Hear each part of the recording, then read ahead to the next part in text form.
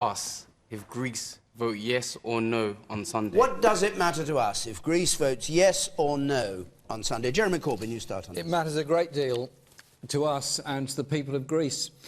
At the moment, there is 50% youth unemployment in Greece. Half the children almost are living in desperate poverty. The European Central Bank is demanding that further austerity take place, further cuts take place, further privatisation take place. And the Greek government has been forced into a corner and hence has called the referendum on Sunday, and it's a Hobson's choice. Either they accept the European Central Bank deal, which is yet more cuts, yet more austerity, or they support their government, which says that if you vote no, you will give us a mandate to go back and try and negotiate. And it's very interesting. I never thought I'd find a day when I found myself in agreement with the International Monetary Fund, when they come along today and say the debt that Greece has loaded upon itself, or it's been loaded upon it by those that have made a lot of money out of loaning to it, is unpayable, and there has to be a restructuring programme over a much longer period to allow the Greek economy to recover. But Lyle's question was, does it matter to us? Yes, it does. You've said why it matters to Greece, but why does it matter to us? Well, it matters to us quite a lot, because if the Greek people are going to be forced through this austerity and the European Central Bank achieves that, it can do the same to anyone else in Europe. Now, I realise we're not in the Eurozone, but what happens in the Eurozone does have an effect if in return, instead,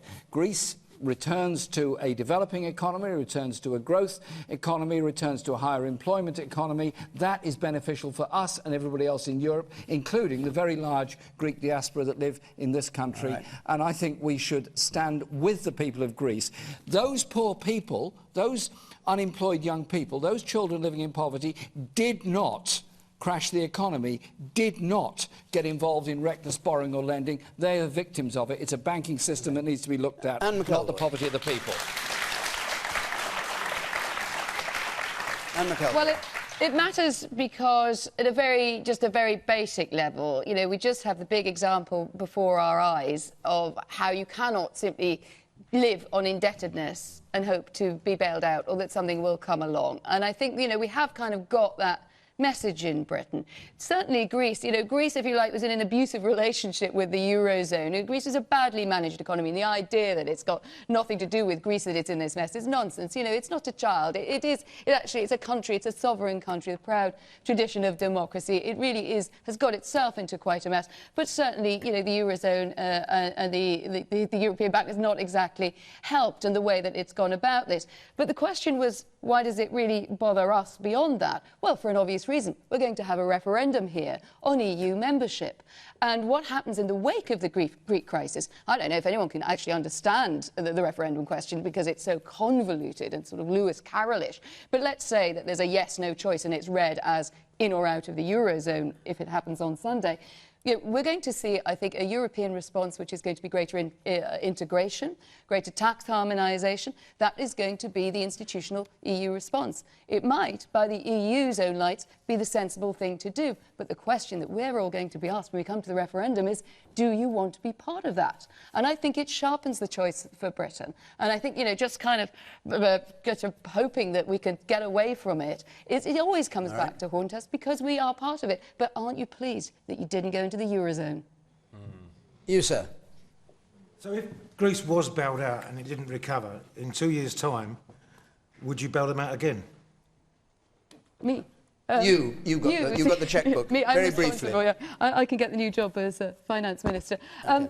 Well, basically what I would do is I think I actually unusually agree with Jeremy Corbyn on this. I think the IMF proposal is quite good. You give more time to pay back. But what Greece can't keep doing is taking the money and then twisting the terms and then not engaging in serious reform. You know, this is Russell Brand economics, and it's not really going to help it. So when Greece gets serious about reform, I'd be actually quite happy to run these bailouts. The debt isn't going to be repaid anytime soon anyway. And keep going. No, but they need to get onto a path of reform that makes them able to kind of run their economy in the way that is right. Thank you very much. Shappi Sandy. Well, I'm no economist.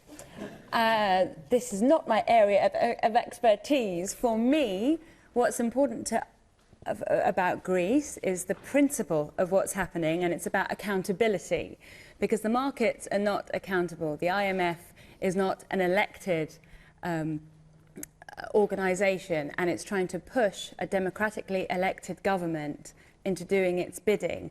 This is the point for me here, and it makes us all want to know whether we want a democratic Europe or a bankers' Europe.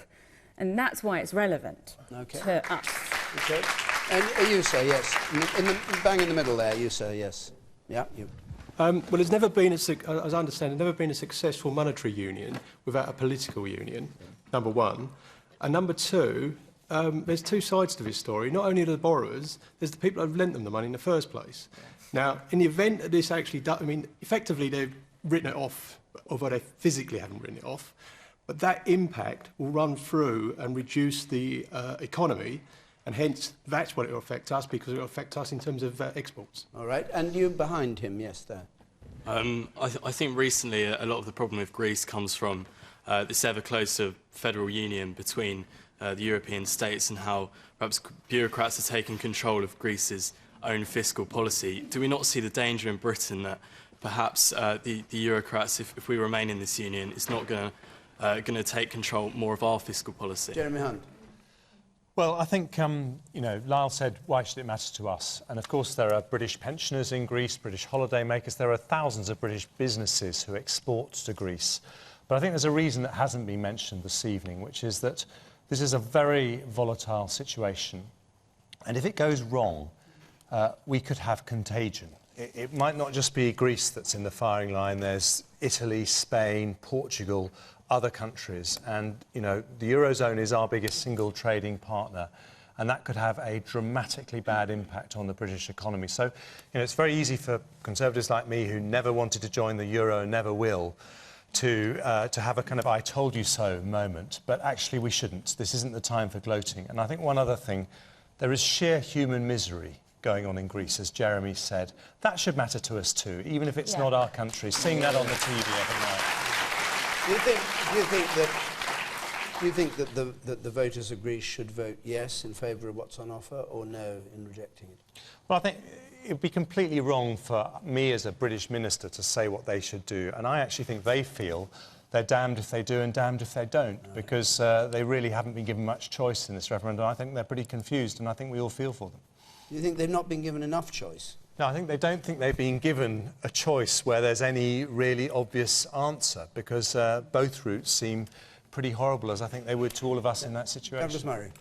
Well, you know, you don't have to be an economist to know one of the most crucial lessons of economics or of politics, which is things that cannot go on won't.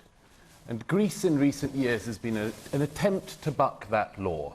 Of course we feel sorry for the people of Greece now, of course we do. But feeling sorry for people doesn't mean you can absolve them of the responsibilities for why they've got there. Where were the people who are on the streets today queuing a few years back when they were getting 14 months a year of salary? Where were they when people of 50 who were hairdressers were retiring early on their pensions because it was so dangerous? Where were they when bus drivers in Athens got a bonus if they turned the bus on? This has been an exercise in unreality in Greece, of living beyond their means, and they have to leave the euro because they have come very close time and time again to crashing a continent.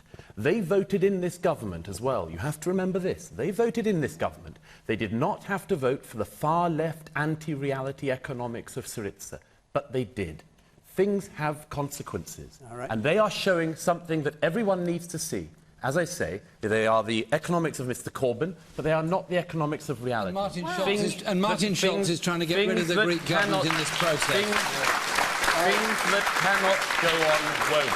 OK, we have to stop. I'm going to go to the woman just on the gangway there, halfway up, behind you, there, yes, with the spectacles, you. Are we not getting the message that we really need to leave the EU? I mean, this is a clue. Thank you very much. On that note, we've got to stop, I'm afraid, because our time's up. So, next week, Question Time will come from Sheffield. That's the day after the